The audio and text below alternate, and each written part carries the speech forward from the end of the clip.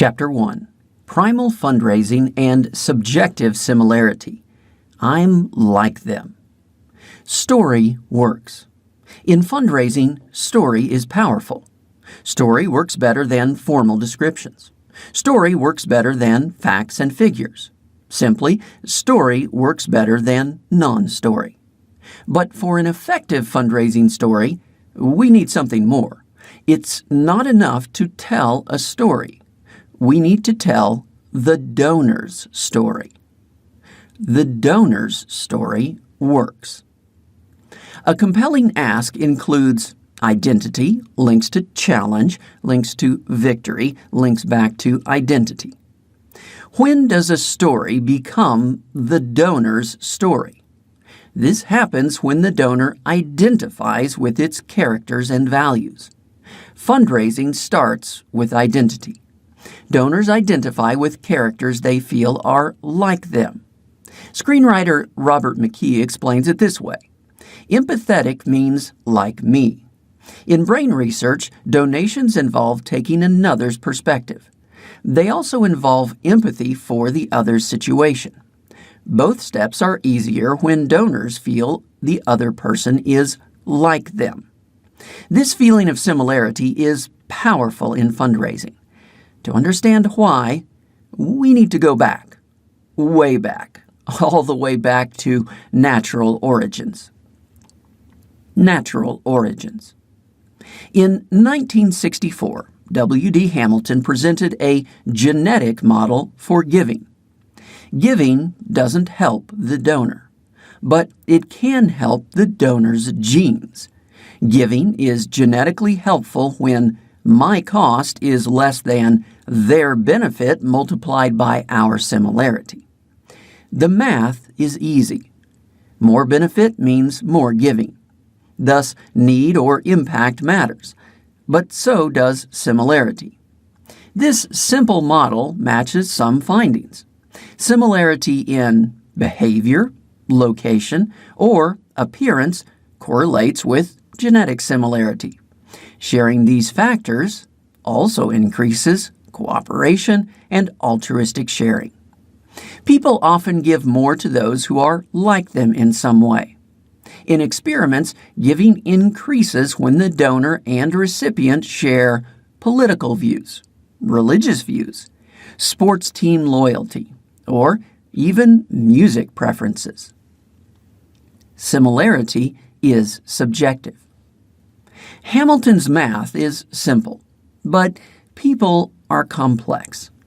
A specific similarity with another is an objective fact, but its importance is not objective. Its importance is subjective. Not every similarity counts. It must trigger a feeling that the other person is like me. It must trigger identification. Important similarities are identity-defining similarities. Suppose a giver and receiver share a likeness. They might both be Catholic, or from Ohio, or Hispanic. If a donor identifies with the factor, emphasizing it will help. Otherwise, it won't. That's why some similarities matter and others don't. In one experiment, people could donate to rebuild after a hurricane, but different people saw different photos of damage. The victims in the photos were white or black or obscured. Which pictures worked better? It depended. Potential donors were asked, how close do you feel to your ethnic or racial group? Those answering very close or close gave more when the pictured victims matched their own race. For those answering not very close or not close at all, the result reversed. They gave more when the victims did not match their own race. Race mattered, but identity determined how it mattered. Objective similarity mattered, but subjective feelings determined how it mattered. Similarity with charities. Similarities with a beneficiary can make a difference. But in fundraising, the donor doesn't give directly to a beneficiary. The donor gives to a charity.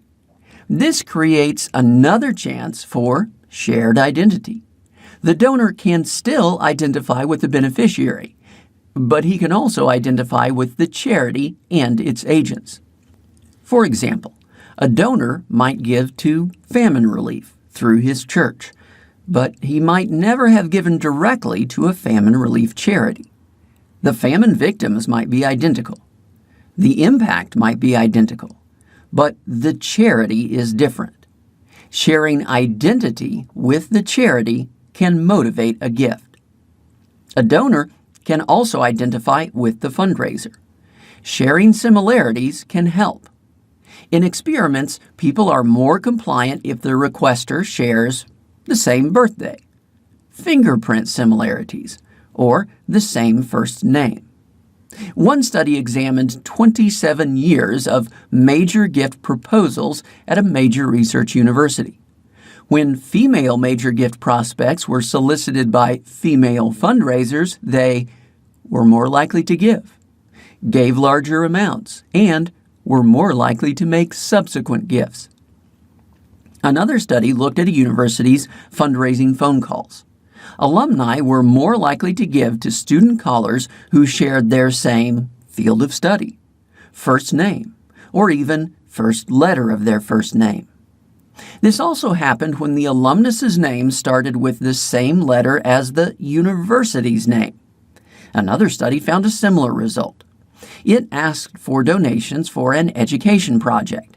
If the project was led by a teacher with the donor's first name, giving doubled. The importance of name matching might seem odd, but one's name is central to one's identity. In fundraising, identity-defining similarities are powerful. Fundraising and subjective similarities. Identity-defining similarity makes giving attractive. Similarities can be shared with beneficiaries or charity personnel, but this shared identity is not fixed. A fundraiser can influence it. She can do the following: reference and remind donors of similarities, shape perceived similarities through Socratic inquiry, build perceived similarities through donor experiences, suggest giving options that match with identity-defining similarities. Some similarities are obvious, but the real power comes from similarities that matter to the donor. These connect with the donor's identity-defining characteristics. How can a fundraiser discover these? By listening. Powerful fundraising begins by asking questions and listening. Appreciative inquiry can uncover the donor's life story and values. These reveal the donor's identity-defining traits.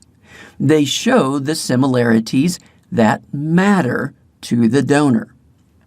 Armed with this information, the fundraiser can match the giving challenge with the donor's identity. A gift can support specific projects. It can help specific people. It can advance specific values. This can link the first two steps in the journey. Original identity links to challenge, links to victory, links to enhanced identity. A fundraiser can uncover these identity-defining factors, but she can do more. She can influence them. Asking what's important to the donor changes attitudes. It highlights the importance of these issues. In experiments, asking donors about the importance of causes or projects increases support. Asking donors to recall life story connections to a cause does the same. These Socratic processes change donor attitudes. Donor experiences can also build shared identity. Events can create a sense of shared group membership. They can enhance feelings of similarity. Marketing, too, can emphasize shared identity. Any experience that makes the donor think, "I'm like them," is powerful. Summary. Similarities matter. They matter for the beneficiary. They matter for the charity. Ultimately, helping people or organizations like us is compelling. But this us is not set in stone. The donor subjectively defines this us group. However the donor defines it, being part of us is powerful.